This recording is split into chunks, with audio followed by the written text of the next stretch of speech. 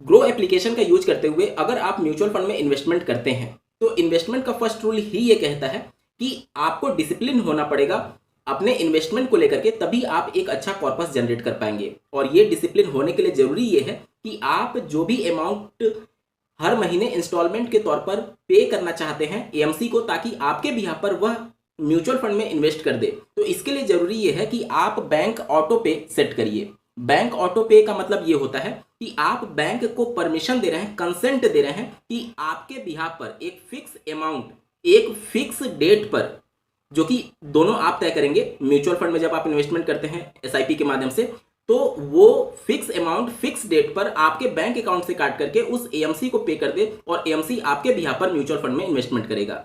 अब किस प्रकार से बैंक ऑटो पे सेट करते हैं ग्रो एप्लीकेशन में, इसके रिगार्डिंग डिटेल में देखने जा रहे हैं, अंत तक जरूर जुड़े रहिएगा। इससे पहले किस प्रकार से बैंक ऐड करना होता है, अगर आपका प्राइमरी बैंक कोई दूसरा है तो उसको किस प्रकार से बदल करके आप नया बैंक ऐड करके उसको प्राइमरी बनाएंगे, इसके रिगार्डिंग डेडिकेटेड वीडियो का लिंक आपको इस वीडियो के डिस्क्रिप्शन में दिया गया है, तो इस वीडियो के समाप्त होने के बाद से डिस्क्रिप्शन जरूर चेक कर लीजिएगा। नमस्कार दोस्तों, मेरा नाम है नीरज, आप देख रहे हैं फिनोबिट यूट्यूब चैनल। अगर आप इस चैनल पर पहली बार विजिट कर रहे हैं तो इसको सब्सक्राइब करते हुए बेल आइकन को प्रेस करना ना भूलें। सबसे पहले ग्रो एप्लीकेशन ओपन करके लॉगिन हो जाना है और यहाँ पर देखिए राइट टॉप कॉर्नर पर आपको आपका प्रोफाइल पिक्चर दिखेगा, इसी पर आपको सिंपली क्लिक कर देना है। इसके बाद से बहुत सारे ऑप्शंस आपके लिए खुल जाएंगे। यहाँ पर देखिए दिया गया है बैंक डिटेल्स और नीचे लिखा गया है बैंक एंड ऑटो पे मैंडेट, इसी पर आपको क्लिक करना है। ग्रो एप्लीकेशन में जितने भी बैंक आपने ऐड कर रखे होंगे वो सारे लिस्ट आपके सामने आ जाएंगे। यहाँ पर देखिए एक रिटेल कस्टमर का 2 बैंक यहाँ पर ऐड हुआ है। आईसीआईसीआई बैंक में यहाँ पर देख सकते हैं इनका ऑटो पे सेट है, ठीक है, यहाँ पर देख लीजिए ऑटो पे सेट है।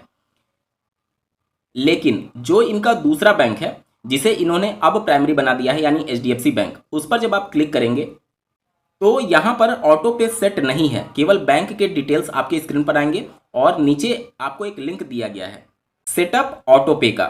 तो अगर आप इस बैंक के साथ ऑटो पे सेटअप करना चाहते हैं तो इसी लिंक पर सिंपली आपको क्लिक कर देना है।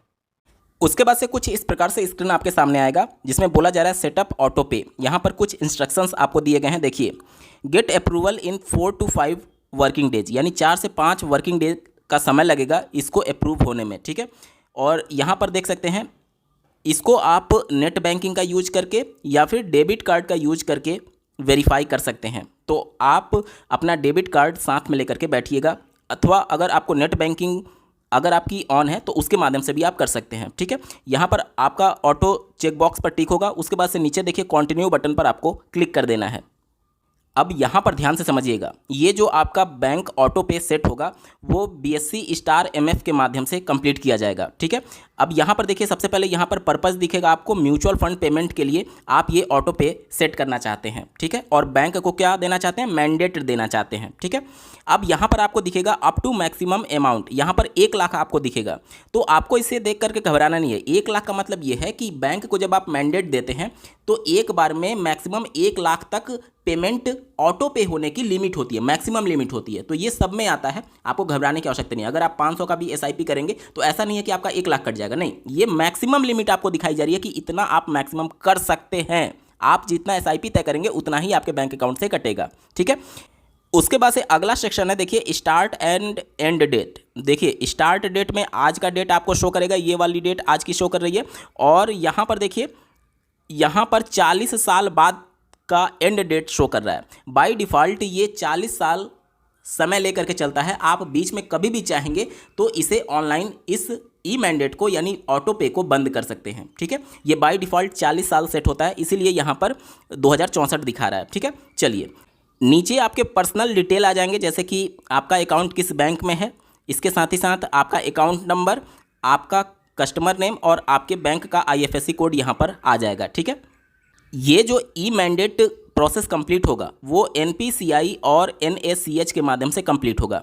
दोनों जानते हैं ट्रस्टेड संस्थाएं हैं। जो भी आप यूपीआई के माध्यम से या फिर ऑनलाइन लेन देन जो भी होता है वो एनपीसीआई के माध्यम से ही प्रोसेस कंप्लीट किया जाता है। तो दोनों ट्रस्टेड संस्था है, तो आपको घबराने की आवश्यकता नहीं है, ठीक है।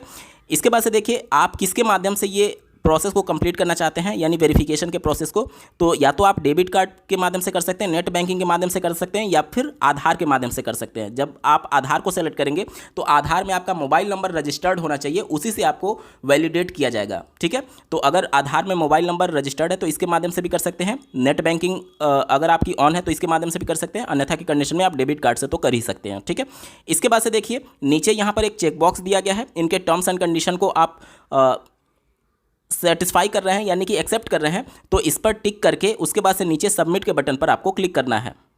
देखिए अब उसके बाद से यहाँ पर जो इंडियन क्लियरिंग कॉरपोरेशन है, जिसके माध्यम से आपका जो डिडक्ट हुआ पैसा होता है, इन्वेस्ट किया हुआ है, वो एएमसी के पास पहुँचता है।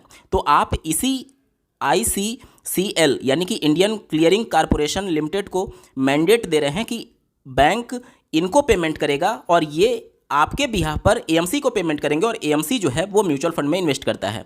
यहाँ पर ध्यान देने वाली बात यह है कि यहाँ पर आपका टाइमर चल रहा है, तो इसी टाइम पीरियड के अंतर्गत ही सारे प्रोसेस को आपको कंप्लीट करना होगा।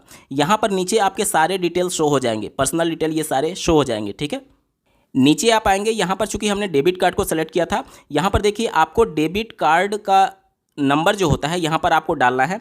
यहाँ पर आप अपने एटीएम का पिन डालेंगे और यहाँ पर इसकी एक्सपायरी डेट डालेंगे। मैं फिर से बता रहा हूँ, ये NPCI और NPCH के माध्यम से प्रोसेस कंप्लीट किया जा रहा है, जो कि पूरी तरीके से ट्रस्टेड है। तो आप एटीएम पिन डालते समय आपके मन में कहीं भी पर भी शंका नहीं होनी चाहिए कि आपके साथ फ्रॉड हो सकता है। ठीक है, कोई भी फ्रॉड होने की संभावना यहाँ पर नहीं है। ये आपको ई मैंडेट कंपलसरी है देना। ठीक है, और ये सारे जो हैं वो NPCI के माध्यम से प्रोसेस कंप्लीट किए जा रहे हैं, जो कि पूरी तरीके से सिक्योर एंड सेफ है। ठीक है, ये तीनों डेटा को भरने के बाद से यहाँ पर चेकबॉक्स पर आप टिक करेंगे, उसके बाद से सबमिट बटन पर आपको क्लिक करना है। उसके बाद से देखिए एक OTP जो कि 6 डिजिट का होगा, आपके रजिस्टर्ड मोबाइल नंबर पर भेजा गया है, जो कि बैंक के साथ लिंक होगा। वो OTP डाल करके यहाँ पर आप वेरीफाई बटन पर क्लिक करेंगे, और अगर आपको OTP रिसीव नहीं हो रहा है तो आप यहाँ पर रीसेंड जो लिंक दिया गया है इस पर क्लिक करके OTP को दोबारा मंगा सकते हैं। जैसे ही वेरीफाई बटन पर आप क्लिक करते हैं, आपका डेटा NPCI के सर्वर पर जाता है और NPCI से ये रिक्वेस्ट HDFC बैंक के पास पहुंच जाती है। अब HDFC बैंक बैकएंड में आपके इस ई मैंडेट को अप्रूव करेगी, और उसके बाद से ये सारे प्रोसेस होने के बाद से यहाँ पर आपके स्क्रीन पर आ जाएगा। देखिए your auto pay request has been submitted successfully. यहाँ पर आपका बैंक नेम आ जाएगा और यहाँ पर बैंक अकाउंट आपका शो करेगा।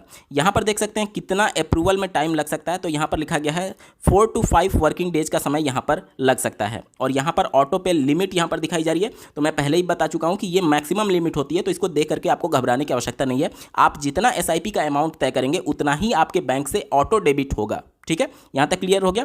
उसके बाद से नीचे यहाँ पर देखिए डन का बटन दिया गया है, इस पर सिंपली आपको क्लिक कर देना है।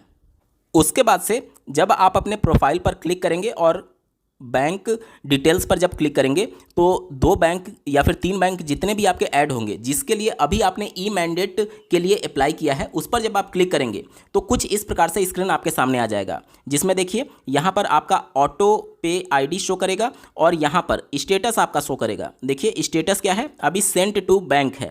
मैंने जो प्रोसेस बताया था कि NPCI के माध्यम से आपका जो रिक्वेस्ट है वो आपके बैंक के पास भेजा गया है, वहीं यहाँ पर स्टेटस शो कर रहा है। जैसे ही बैंक अप्रूव करेगी तो यहाँ पर ये जो सेंट टू बैंक है वो हट करके वेरीफाइड लिख करके आने लगेगा। ठीक है, और ये किस दिन क्रिएट किया गया, तो यहाँ पर आप देख सकते हैं आज के डेट में ये क्रिएट किया गया है, और नीचे आपको बताया जाएगा कि इसको अप्रूव होने में 4 to 5 वर्किंग डेज का समय लग सकता है। ठीक है, तो अभी आपको 4 से 5 वर्किंग डे का वेट करना होगा आपका ये ऑटो पे अप्रूव होने के लिए। दोस्तों ये पूरा प्रोसेस था कि किस प्रकार से आप SIP के ऑटो पे के लिए, यानी खुद से आपके बैंक अकाउंट से पैसा कट करके म्यूचुअल फंड AMC को पेमेंट हो जाए इन्वेस्टमेंट करने के लिए, ये पूरा प्रोसेस था। आप किस प्रकार से ऑटो पे सेट करते हैं। आपको ये वीडियो कैसा लगा कमेंट के माध्यम से जरूर बताइएगा, और ऐसे ही महत्वपूर्ण अपडेट के लिए इस चैनल को सब्सक्राइब करना ना भूलें। इस वीडियो को देखने के लिए आपका बहुत बहुत धन्यवाद। भगवान करे आपका दिन शुभ हो।